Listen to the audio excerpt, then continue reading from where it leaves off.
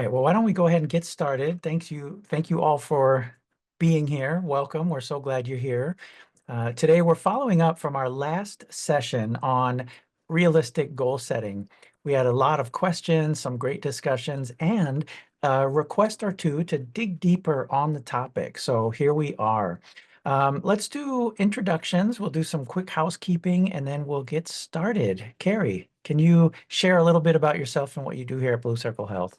Sure. Hi, everyone. My name is Carrie. I'm the case manager here at Blue Circle Health.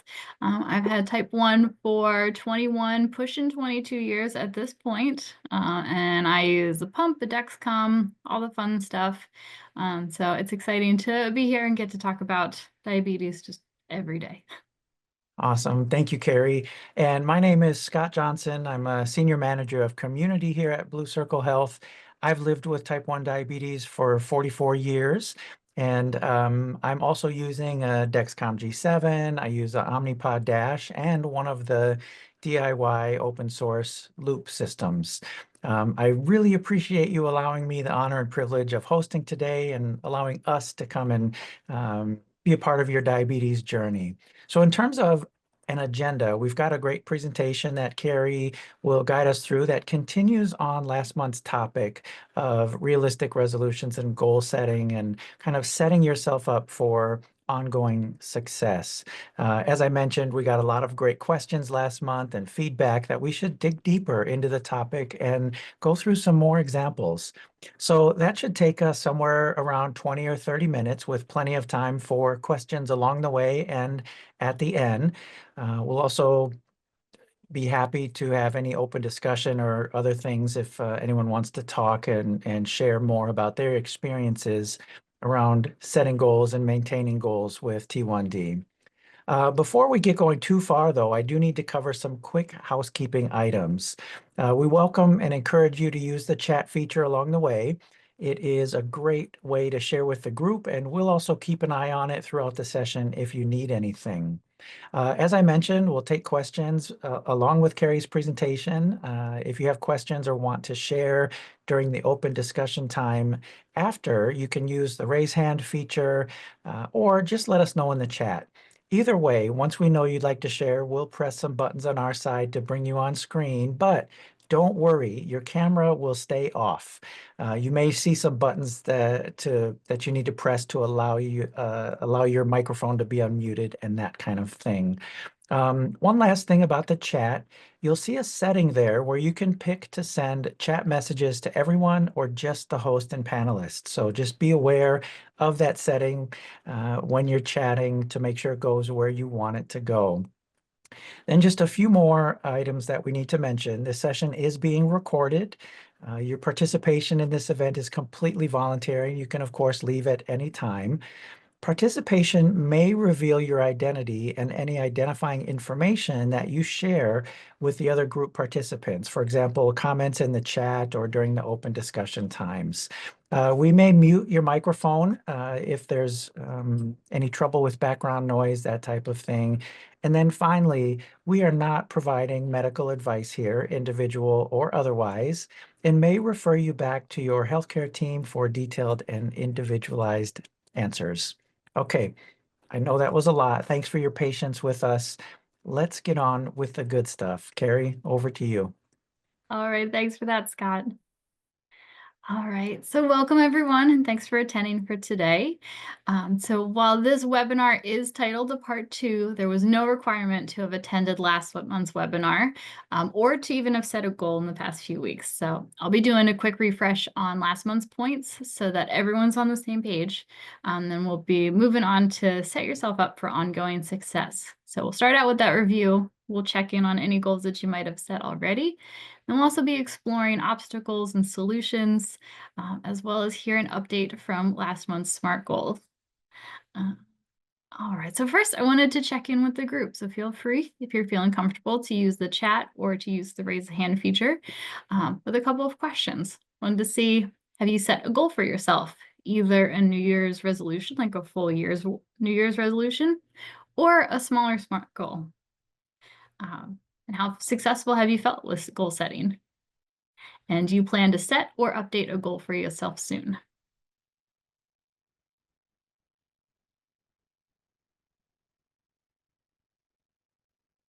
I know it takes a little while to chat, so I like to give a long pause here just to make sure that if anyone is typing, they don't feel too rushed.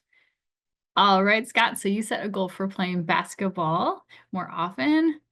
Good, good. Glad that there are no obstacles, but we'll plan for those in the future of our webinar so that if anything comes up, you can keep going on that path. All right. Let's see. So to be able to eat more varied diet instead of low carb only to determine more accuracy with insulin to carb ratios. Those are two great ones. And it sounds like you could use some smaller goals in there to help to define that a little bit for you. Um, and oh, so reducing lows during skiing. Oh, that's fun. That sounds hard. I've never done skiing. I imagine that my blood sugar would tank, so I'm a little not too excited to try it. And that's okay if you don't have any specific goals at this time. We'll work through and what it looks like to set them. And also, you don't have to set them, but at least we'll give you a framework for when you're ready to do that so in the future. Focusing on habits, a habit of daily medication. Perfect. Yeah, habits, setting goals and habits kind of go hand in hand, and we can definitely cover that later on if you're interested. Increasing exercise to the lovely 150 minutes per week recommendation. Oh, all the goals are coming in a little too fast. To test more and take the midday insulin dose. Perfect. Drinking more water. Meditation, not medication. Both are perfect. All right, these are fantastic goals, and it sounds like there's a lot of focus on taking some steps that are really going to help you, but also it doesn't sound like there's anything so drastic that you don't feel like it's achievable. Currently being consistent in writing carbs and the daily dose. Yep, without actually missing the bolus. And okay, oh, that's a good idea, Christian. First thing in the morning with some flexibility. That's definitely a good time to do some meditation. If that was what, oh, yep, people have some goals. It's going fast. Thank you, everyone. Let's see, and being more active. Oh, I love all of these. Okay, so next question. Has anybody started working on a goal as a SMART goal from if you attended last month's?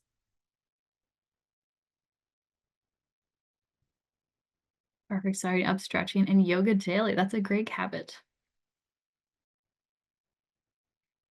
As well as adding in some walking or activity after meals. It's another great habit that can really support both your health and your blood sugar overall.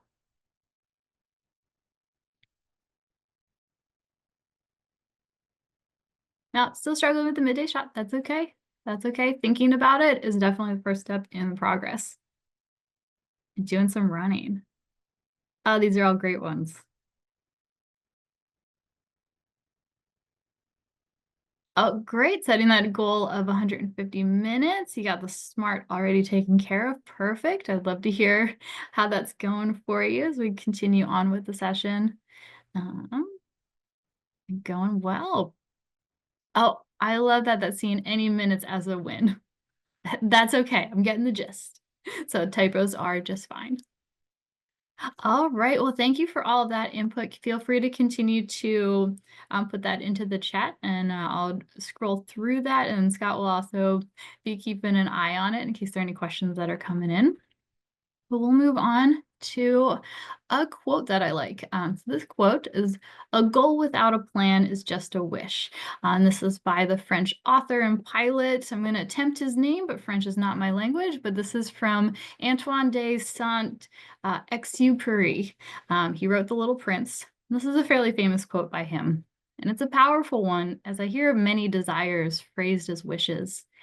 So think of any times that you've thought in terms of wishes, whether it's, I wish my blood sugars were better, I wish I could get up earlier, I wish I could run faster, I wish I could weigh less, and so on. The wish is actually something that you have no control over. Because even Disney taught us that you need some stars in order for a wish to come true. So take ownership of your wants and create a plan so that you can reach your goal. Takes us to our first review of last month. So last webinar, we talked about outcome goals versus action goals. So outcome goals are ones that the focus is on the final result. It's ones like, I want to get my A1C to below 7%. This type is a big picture, and it can certainly be part of your plan.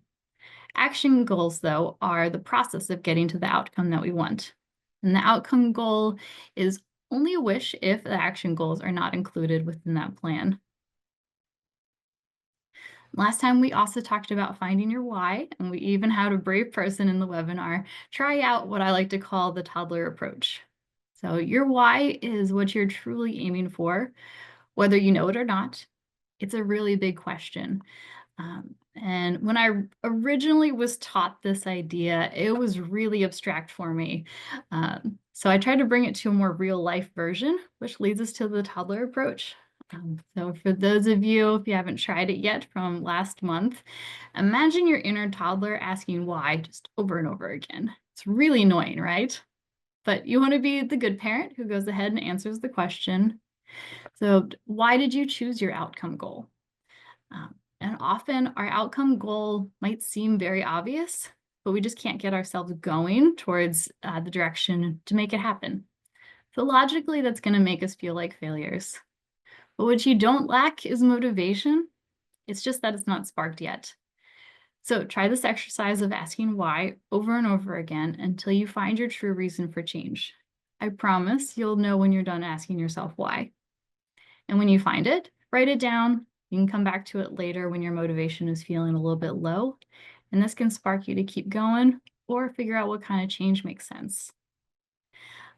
So I'm curious, has anyone tried this exercise on their own in the past month?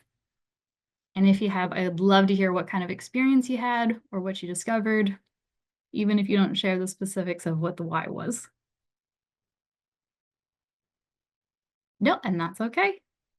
That's okay if you didn't try it out.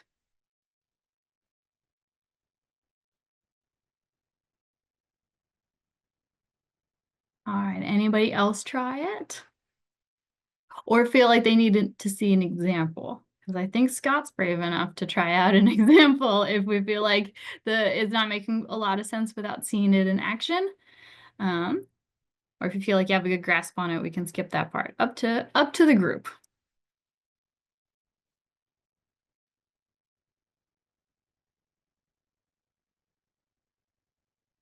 Let's go ahead and go through it quick. I don't think it'll take long. So we're doing an Okay. example of how you can kind of dig in and really scratch through some of the Sure. surface level um, motivators, right? And get down to the real, well, hopefully the root cause of it, right? Um, Yeah. so All yeah, I'm right. happy to be an example. Okay, using Scott as the guinea pig. Have you thought of any goals or like big goals, like what your outcome goal is? Yeah, so I have always struggled to get my A1C under 7. I can't even remember the last time I saw an A1C under 7. So I want to get my A1C under 7. Okay. Okay, yeah, that's definitely a good one. So thank you for being brave enough to bring that one up. Now the toddler's going to enter the picture. So just imagine this is little bitty Scott in inside his head going, why? Why do you want to get your A1C under 7%? Well, I mean that's what my doctor always says. That's what the goal is. That's he's always asking me to get down under 7. But why? Um, I think so that I'll be healthier with my type 1 diabetes, but that still feels a little fuzzy and too big. Okay, but why? Um, well, they say that it reduces the risk of complications from living with diabetes. And why is that? I think the core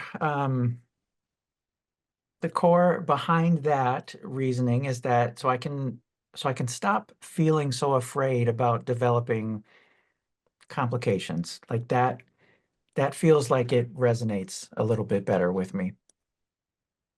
Okay.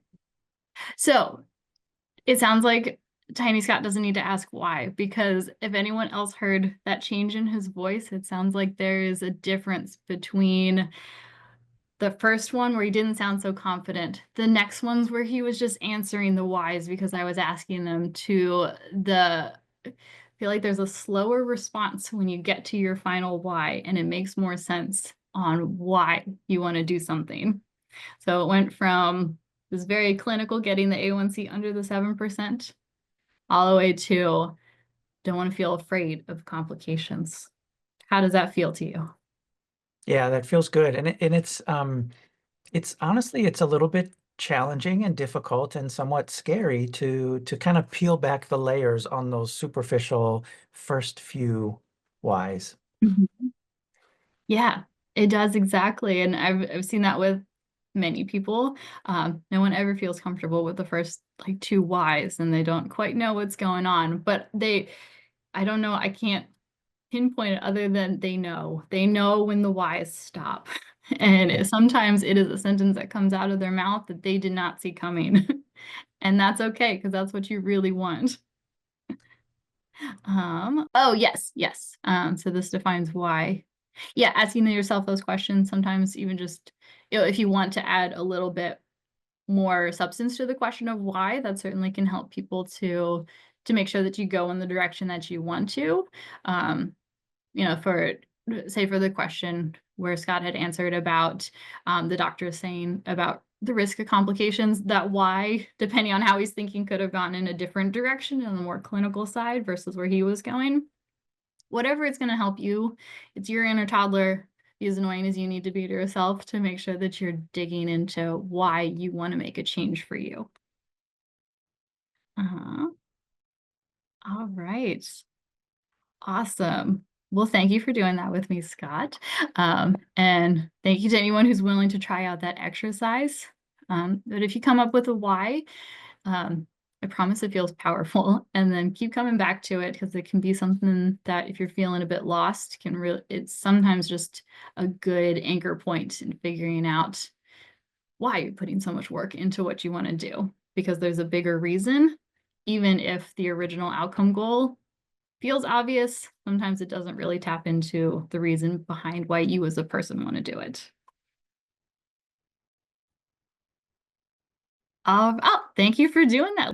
That's interesting that you came to exactly the same conclusion. And to make my life easier, that's another one. I'm wondering if that's one of those where you kind of said it a little bit slowly and knew that that was the answer, because that's so much different from the more clinical starting point of assuming that you started from the same place as him or whatever example you had. I imagine that making your life easier might look very different from that original outcome goal. But thank you for that, for sharing. Okay. We're going to do a quick review of what the SMART goals were, since we've talked about that a couple of times. So these are the action goals. It's a concrete way to create an action goal.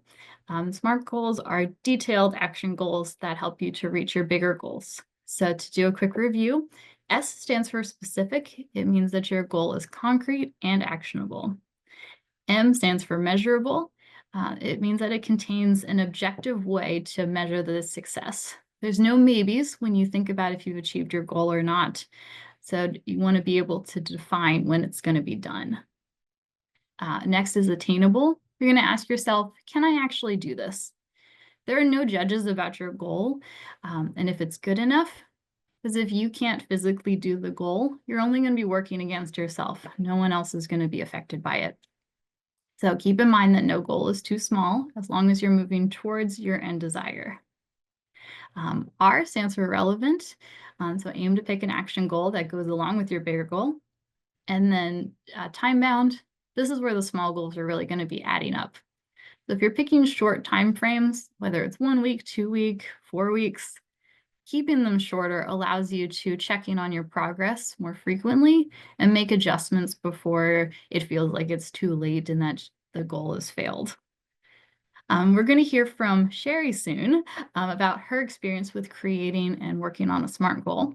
But before that, does anyone feel stuck or want to work on smartifying a goal that they have in mind? Checking in on the chat while people are typing.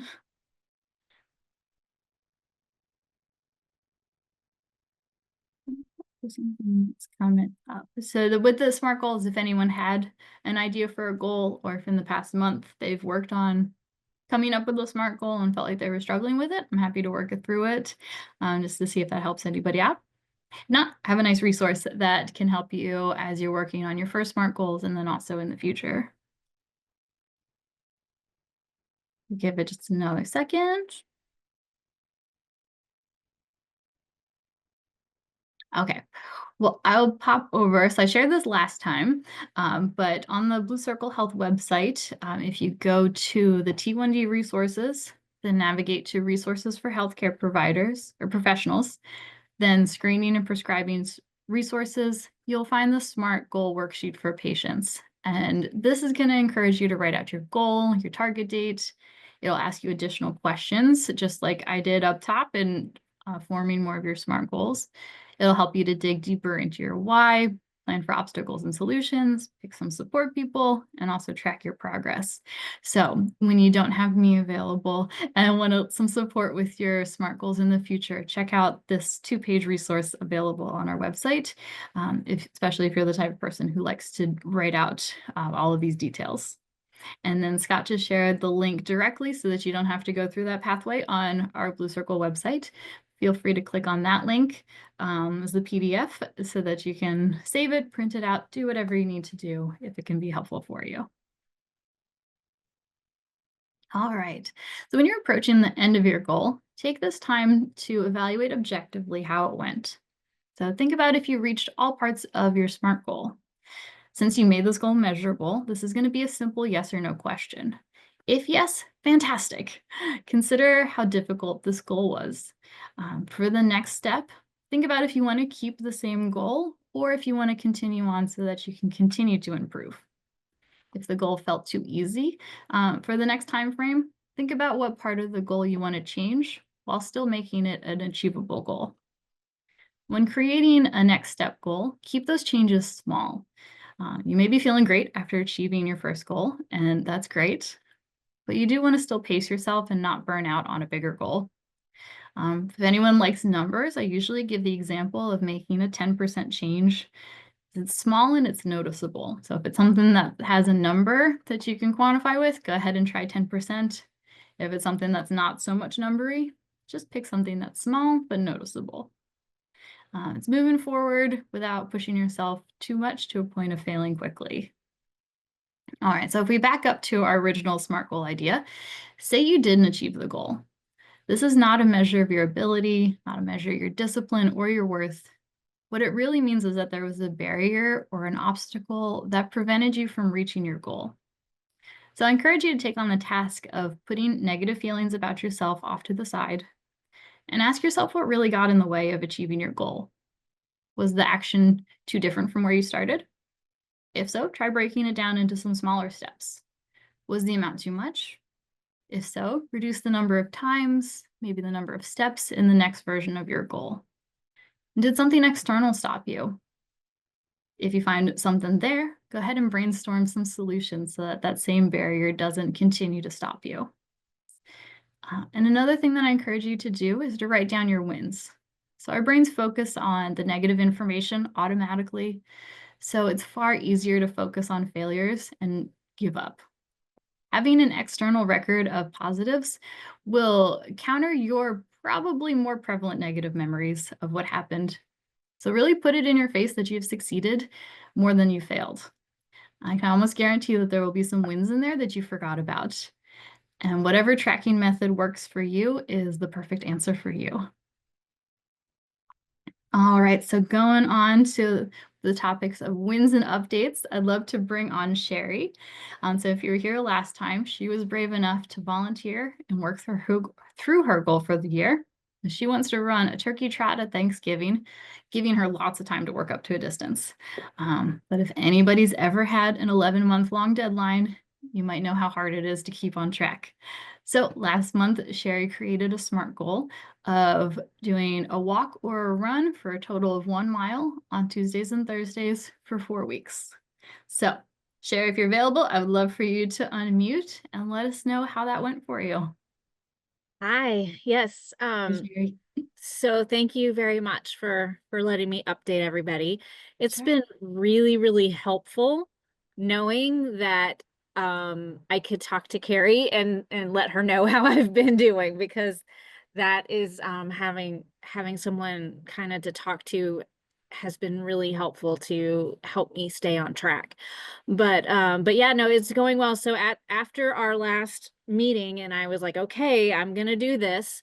I had to start wearing my tennis shoes more because long story short, I had been wearing Vans all the time and the tennis shoes kind of hurt my feet because they had more of an arch. So I had to first start wearing those on a regular basis so I could like walk in them and run in them for a longer time.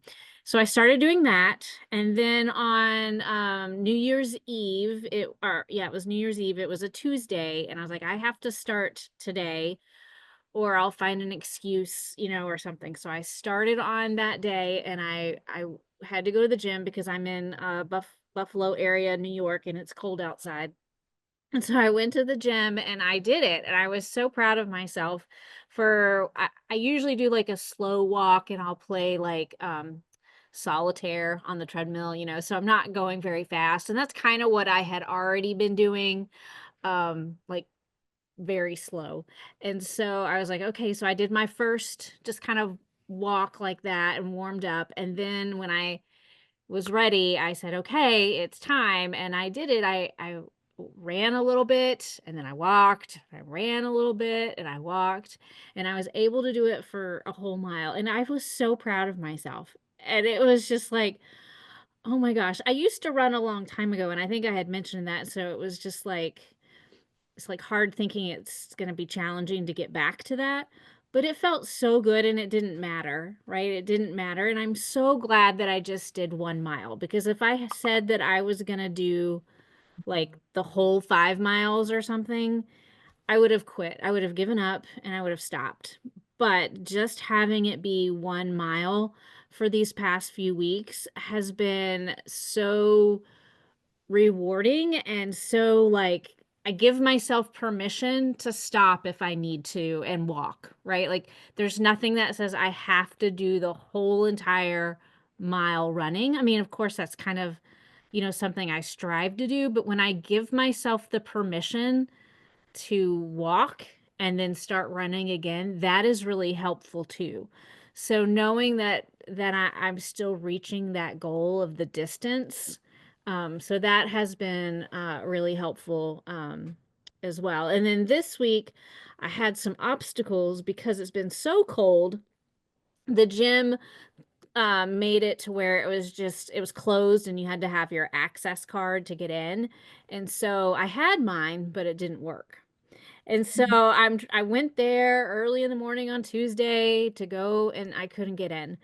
And I could have knocked on the door or whatever and tried to see if somebody would let me in, but that's against the rules. So I was like, I don't want to break any rules or get kicked out from using the gym. So I came back home and I was really disappointed. I was like, it's too cold to go outside and run. It's icy, it's snowy. I can't do that.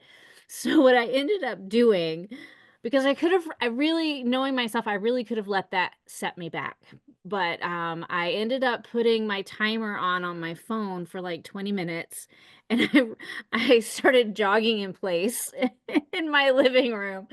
And my dogs thought I was crazy, but I started like jogging in place. And I was like, all I have to do is be silly for 20 minutes, and I was able to get enough steps to kind of think I did about a mile, but I walked around and like kind of ran in place. And I am really proud of myself for doing that because past Sherry would have just been like, it's okay. I'm gonna sit down. But I really wanted to stay true to keeping on track with that. And then today I was able to run the whole mile without stopping.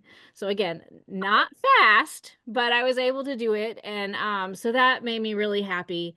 So I have another week of doing just 1 mile, and then I have to figure out what I'm gonna do for February. So I think I'm gonna increase my distance. Sometimes I start being like, ooh, I can go faster. Ooh, I can go faster. But the goal isn't to go fast. The goal is to complete the 5 miles, right? So I think I need to up my distance is what I'm thinking I'm gonna do. And then it's still small enough to where it'll be okay. Again, giving myself permission if I need to stop or whatever.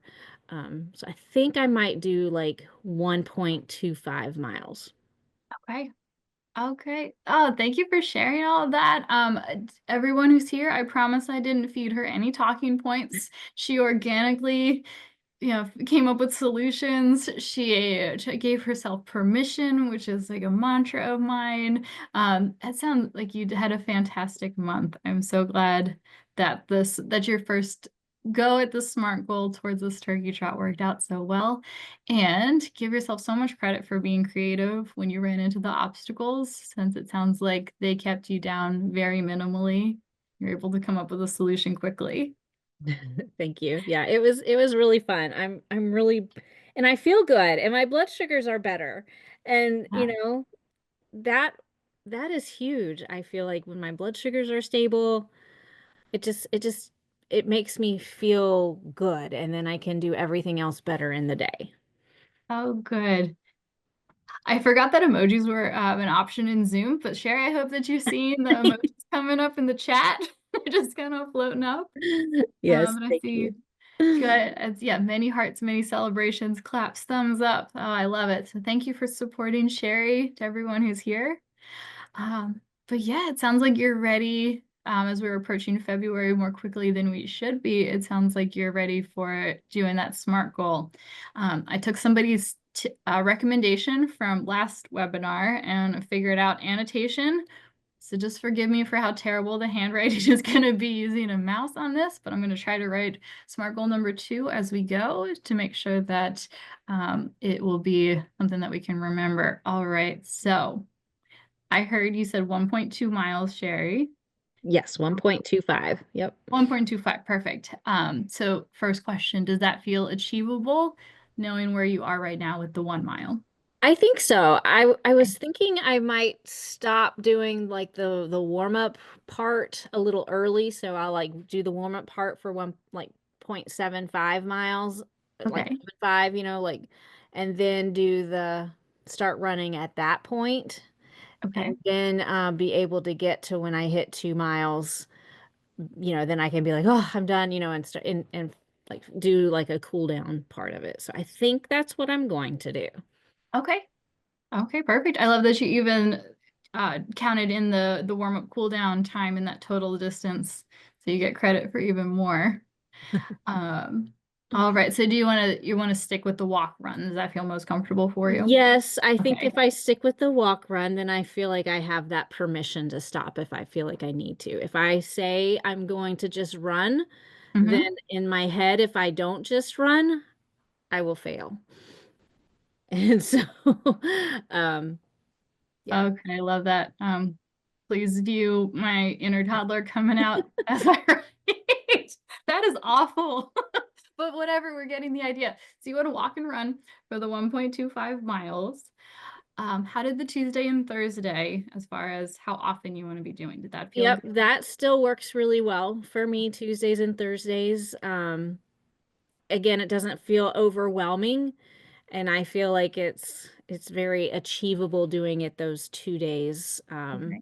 during the week. Okay, perfect. And 2 still feels like the best number for you? Most achievable number for you? Yes, yes, yes. Okay. Okay, perfect. So we've covered, so it's still specific and relevant since it's still on track with the previous goal. We have it being measurable with the 1.25 miles. You can track that on the treadmill or with your walk.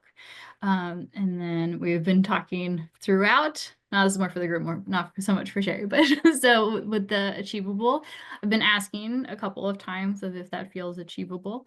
So that's a good question just to always have in the back of your mind of, as you're setting these goals, continually check in with yourself on if this is achievable. Because again, if it's not hurting anybody else but you. That's still relevant. And then last one, how about the time bound? Does 4-week check-in feel like a good amount, or do you want to change that up? I think I'll keep it the same. Okay. What I'm afraid I will do is then I'll try and rush it. Mm-hmm. and then like I won't make something and then I'll be upset or, not super upset, but you just like feel down or whatever. And I'm like, oh, I didn't achieve my goal. And so I feel like for now, 4 weeks still feels really good. When it gets warmer, I know I will I'll probably up it because I want to try and do a 5K at some point before the turkey trot, just for fun. But for now, I think I want to stick with the 1.25 for the 4 weeks because I feel like that is something I can do. Okay, perfect. I love that. It sounds like you're feeling comfortable with that plan. Is that accurate? Yes, yes. Okay. Okay, good. Yes. So then that sounds like a solid transition from SMART Goal 1 to SMART Goal 2. And then that's a 25% increase rather than the 10% increase, but we're checking in on Sherry's belief in the achievability of it. If she told me she only wanted to do 1.1 instead of 1 mile, perfect, if that's what feels the best for her. Yeah, so that sounds like a solid goal. If you're not distracted by how terrible it is writing on a slide like this, then this is what Sherry's final SMART goal for number 2 of going from run 1 mile on Tuesdays and Thursdays for 4 weeks. That was a success. And she learned a bit more on dealing with obstacles and felt confident in setting SMART goal number 2 of walk run for 1.25 miles on Tuesdays and Thursdays for 4 weeks. Thank All you. right. Well, thank you for that. Checking in on the chat to see. Yeah, and then in the chat, yeah, it sounds like there were some other ideas that were happening behind the scenes on the chat. But again, everything that feels achievable to you. And then we'll take on what you said and move into the obstacles and solutions for figuring out how to improve on that, how to back off on it, depending on how you're feeling. Can I jump in and ask a question? I have a feeling, so Sherry, you've done such a great job with this. You've built up a great kind of boost of momentum and a good head of steam here. What would you do if you all of a sudden, you're doing this running and you're feeling very comfortable with that additional distance and you're only 2 weeks into it? What do you recommend, Carrie? Would it make sense to kind of reevaluate, maybe push a little bit more? Or on the other hand of that, if you're feeling that that's too hard, is it okay to kind of stop and adjust things partway through? Oh, definitely. None of the goals are set in stone. So say she's blowing 1.25 miles out of the water by 2 weeks, and she feels confident and that it's achievable to make that adjustment now. That 4 week time frame is not set in stone. Say that she gets to the 4 weeks and still huffing and puffing at 1.25 miles and doesn't want to feel or doesn't want to change it, then you can change up. Maybe put that as a not yet, even though I told you it was only yes or no for the end goal, but not yet is going to be an answer too. And you can extend that goal. You can either up to her if she wants to extend it, say, to 6 weeks, or if you just want to put a stop on that one and then restart it and restart that 4 week count. It's all for Sherry's benefit and how achievable it feels to her. Yeah, that's great. Thank you for that. And also has a great idea or suggestion in the chat too, in that if Sherry, you do your 2 days during the week, your Tuesday and Thursdays, but maybe you give yourself a little bonus reward if you're able to sneak in another day during the weekend or something like that. I love that idea. That's a great idea. Yeah, and that's actually one I didn't ask you about, was about tracking the progress of it. Is that was something that you tried out? Yes, y- I track it. I don't write it down, but I know because I think about it all the time. I'm not in like an obsessive way, but like, oh, I tell my family, like I'll text my family and tell them how I'm doing. And so then they cheer for me and stuff like that. So, but I think that I should write it down because I would probably need to look back on that on some of the hard days when it starts getting up to like 4 miles and all of that stuff and to help me see how far I've come. So Okay. Oh, great. Yeah. Early on, it's easy to not have the tracking down as much, but definitely as you go on, just to make sure that, um, especially if someone is not as positive talking about their progress as Sherry, then maybe making sure that you're writing down those wins.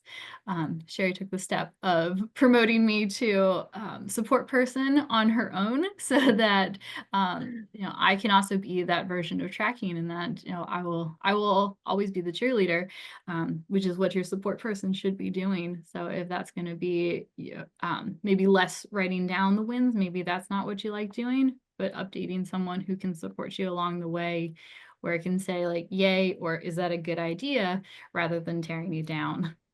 So those are all different ways to do it. Thank you. So Yeah. thank you for that. Yeah. I see hand raised. I think, Scott.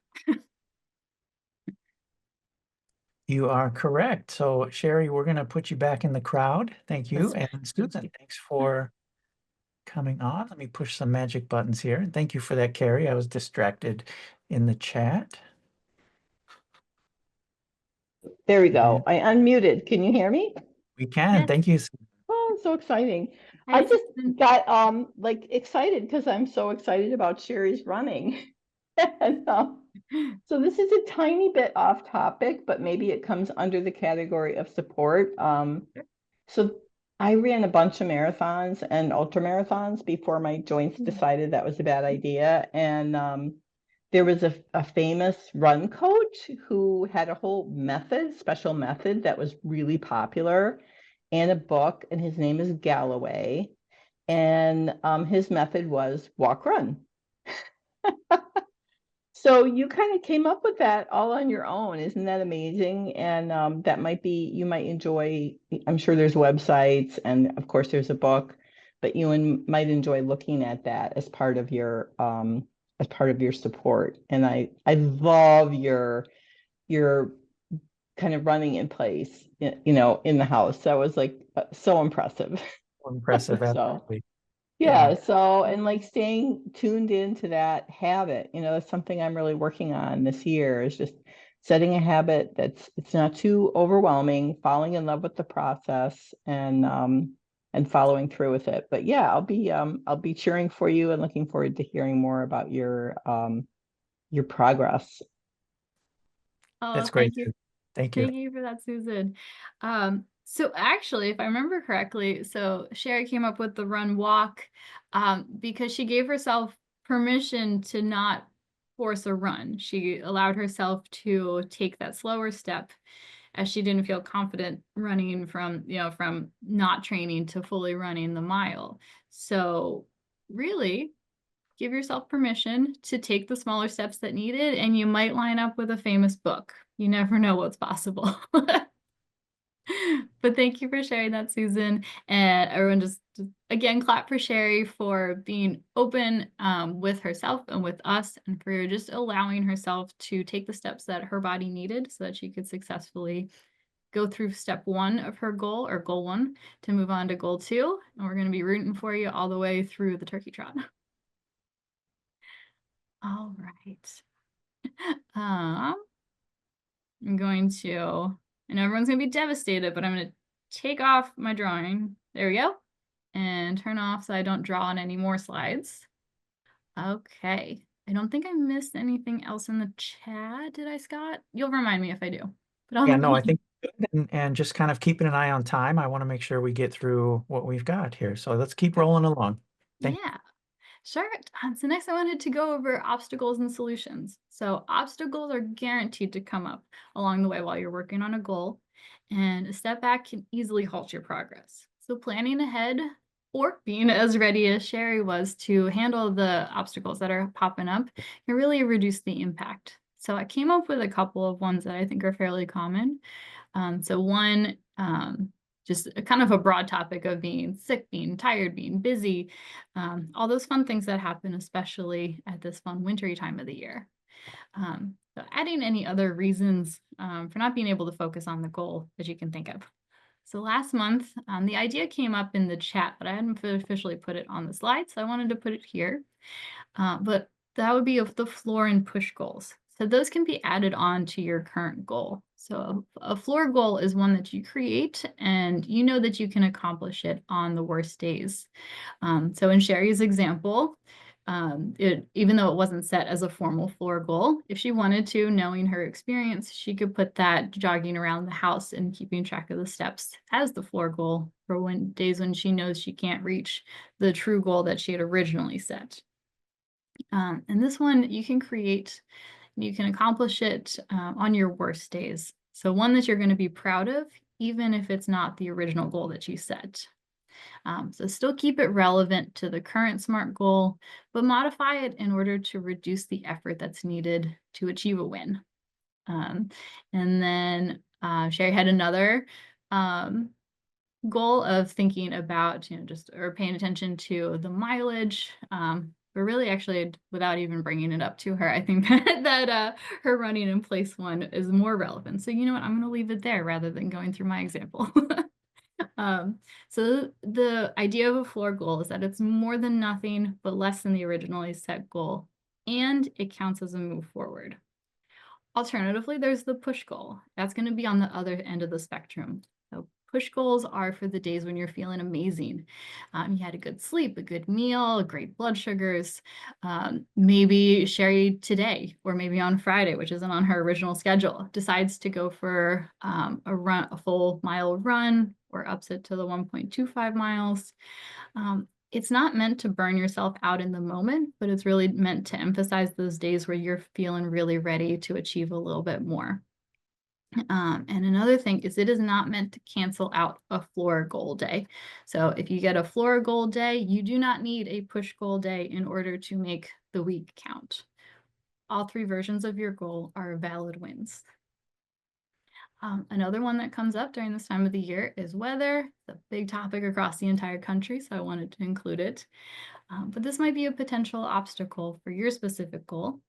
So consider if there's a solution that can overcome it and help your process and progress keep going. So for example, between being locked out of the gym or it just being very cold outside, in Sherry's examples, she found ways to modify it. If you're in Florida and aren't experiencing snow as much, you might have different versions of what the weather looks like. But just think about what could be impacting you. Is it the heat? Will it be the rain in the future? Is it going to be the change in the sunlight? Are any of these going to affect you? And what might a solution be to help out with that? As planning for a potential obstacle now, even if it's months in the future, is going to make that future time go much, much smoother. Let's see. You guys are talking about IOBs in the chat, so I'm going to ignore that part. So another one that comes up a lot is just feeling alone in the journey. It's a really tough one. And whether this is due to keeping your goal to yourself or finding that you're less supported than you expected, neither encourage you to keep going. But what I would encourage you to do is to explore your support system.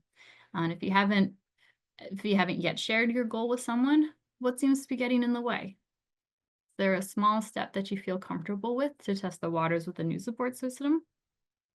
Or if it's that your negative brain is telling you that no one wants to support you, I'd encourage you to challenge yourself with what evidence actually shows this. If the evidence does exist, see if there's a new support system that you can join, whether it's a local group or a virtual group that could share an interest and help you along the way. If it's finding someone else to be your support person and promote them that way, that could be another. See if there's anybody in your social group currently that wants to be promoted. Those can be some ways to utilize the support so that you're not alone in making this change for yourself. And then from a previous webinar, someone had mentioned that they're dealing with a doctor who's not as familiar with type 1 diabetes and that they focus more on type 2 diabetes. I could really see this as a big obstacle for any type 1 diabetes focused goals. And it's an awful feeling not feeling a support from an area that you expect to get help with. So take a step back and remember that the doctor does not have control over you. Be your fiercest advocate, as no one knows more about you or your diabetes than you. So see what steps could help you to move forward with your goal. So that might be taking or creating a list of all the prescriptions that you need and comparing it to the list of prescriptions that your doctor wrote. And be that squeaky wheel that calls the office and make sure that you're getting everything that you need. Keep a list of the labs that you know that you need, whether it's your A1C or your heart health labs. And again, check to make sure that the doctor is doing that for you. There are ways that you can track on your own and not feel like you have to take a backseat to what a doctor who's not as familiar with type 1 is doing. And also see if it's worth changing doctors to find one who is ready to support you. For those of you who are enrolled in Blue Circle Health, always feel free to come to us. If you're due for re-enrollment with Blue Circle Health, feel free to come to us. Or if you're currently in a spot where you're just dealing with a doctor who's not as great at type 1, be sure to advocate for yourself. The doctors are not the gatekeepers of your health, as you are. And feel free to use any external resources, whether that's Blue Circle Health or something else like Breakthrough T1D, that can also further support your type 1 knowledge. Let's see, so those were a couple of obstacles that I thought of or got ideas from the feedback from everyone in the previous webinars. So I'm wondering, are there any other ones that people are anticipating or any solutions that you've already come up with and want to share so that other people can take advantage of it?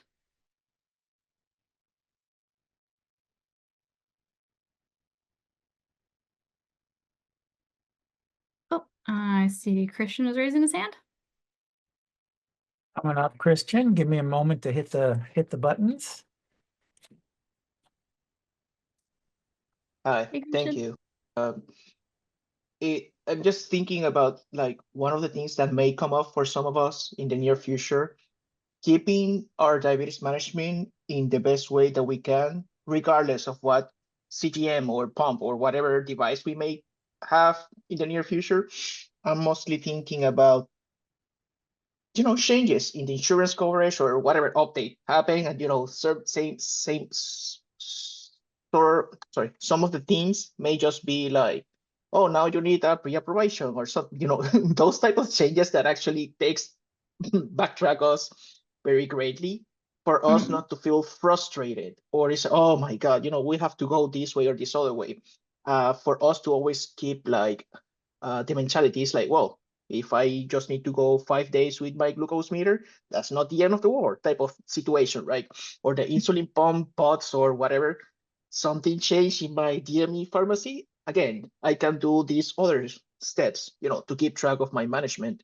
And I'm just trying to keep myself looking forward to avoiding feeling frustrated because of the things that we don't control, right? Like the pharmacies don't having insulin, for example. So yeah, that's one of the barriers that we have to make sure that we help ourselves to keep pushing for diabetes management in general. Thank you. Oh, definitely. Yeah, those are, you don't even have to tell us that it's a frustration barrier. We all know that one. And yeah, that one is awful. But since you brought it up, especially if it's not something you're actively going through, then that's something you can plan for. And it sounds like with a lot of those topics, seeing what supports, whether it's our Diana and Rosa here with our insurance navigators, for those of you who are enrolled with Blue Circle Health, can tackle a lot of those. That's just one example of a resource that can help to support you. So that's one direction. And another is seeing if you brought up a lot of concerns. Can any of those be broken down into their own goals?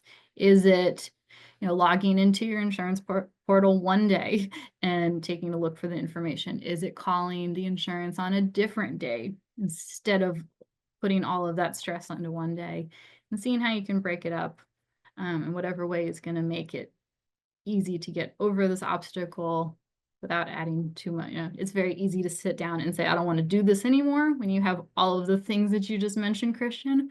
But if we can break it down into multiple steps, that might make it easier to get over the little hump that's keeping you from your goal right now. I see another hand from. Yep, Carrie, we'll get in and let's do just a quick time check. How are you? Are you able to go for a few minutes longer, or I'm happy to stay on, but you're the subject matter expert here. So I have one paragraph after this, so don't worry about that. awesome. Great. You should be able to unmute yourself. There we go. Hi, Neil. Hi, how are you? I have seen I think that to me, the important thing was just kind of being adaptable. Oh, sorry, you're a little low. I'm trying to up my. Hold on, can you hear me better now? Yes. Okay, so I have slash had an endo that was not supportive, really with a lot of technology. So to me, it was really kind of a matter of being flexible and figuring out how I could work with him maybe less and work a little bit more with my PCP, but or general PC, but still get what I needed and just focus on that. If I So heard that- that correctly, it sounded like you said you had a doctor that was just not very supportive with your technology, but you were able to work and find a PCP that was able to kind of give you what you need in order for you to move forward with the goals you're working on. Yeah, that's right. Sorry. If you guys can hear me. That's awesome. Thanks for sharing. Yeah, that's a tough one. It's very easy to sit on your hands and never move forward with technology because the endo doesn't want to do that. But you took that huge step of self-advocating, talking with the endo and talking with your PCP in order to create a plan that worked for you. So that is a huge example of success in self-advocating, figuring out a non-conventional way to get exactly what you needed in order to make your type 1 what you want it to be. So thank you for doing that for you and for sharing with us.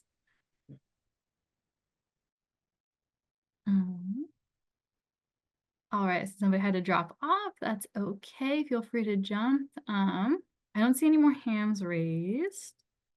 Okay. Well, I think that's it. But yeah, so that's actually all the content that I have for today. So to summarize, you can do it. To maximize, planning your goal to be objective allows you to see your wins and the obstacles, what those could be, and how to move forward with very little downtime. So I'm encouraging you to look at yourself and your behaviors not through a critical lens, but really through a teacher's lens. So how can you improve yourself while still believing that you're worthy of learning through practice? We have a lot of negativity, as I can say that word. We have a lot of negativity in our lives. So reduce the amount that's coming from within and aim to continue to grow with grace. Thank you everyone for joining and for listening and watching me write on the slides. It was fun talking about goals and more importantly, hearing about the successes that all of you have been experiencing. So thank you. Yeah, thank you, Carrie. This was really great, and thank you everyone for coming. I so appreciate all of the active conversation in the chat and those of you that came on to share your experiences. It really makes it better for all of us, so thank you. We just really appreciate you attending and sharing your time today. You know, sticking with your goals or having the courage to adjust them can be really tough, and it can be especially tough when dealing with diabetes. So you should be proud of yourself for being here. We certainly are. And it's also important to us that you know we're here for you and rooting for you, whether you're an active program participant or a longtime Full Circle community member. You're not alone out there. And I'm also excited to share that we've got some more future events like this coming up. So next month, we'll have Catherine here to talk about dealing with some of the common fears that come with T1D, like highs and lows and complications and more. That's happening on February 18th at 5:30 p.m. Eastern Time. And then I'm also excited to share that starting in February, Rita is going to be hosting monthly cooking classes. The first one is happening on February 10th at 5:30 p.m. Eastern Time. And we'll send reminders just like we did for this one, so stay tuned for that. And if any of these happen to fall on a date or time that you can't make it, don't worry, we're recording them and we'll send them out after the fact. So even if you're slightly interested but not sure you can attend live, go ahead and register. It doesn't, there's no pain in that, and that way we'll be sure to get you the recording afterward. And then finally, please do share your feedback. Depending on how you joined, you may see a survey once you close out of here, or I'll also include that in the follow-up email. We'd love to know more about what you'd like us to do. And both this session and the session with Catherine and the cooking class are all directly ideas that came from all of you who shared feedback with us. So please know that we are listening, and I'll do everything I can to make as many of those ideas happen. So yeah, with that, thank you very much. And we appreciate you staying a couple minutes later, and keep an eye out for an email from me in the next few days or early part of next week. Thank you, everyone. Thank you.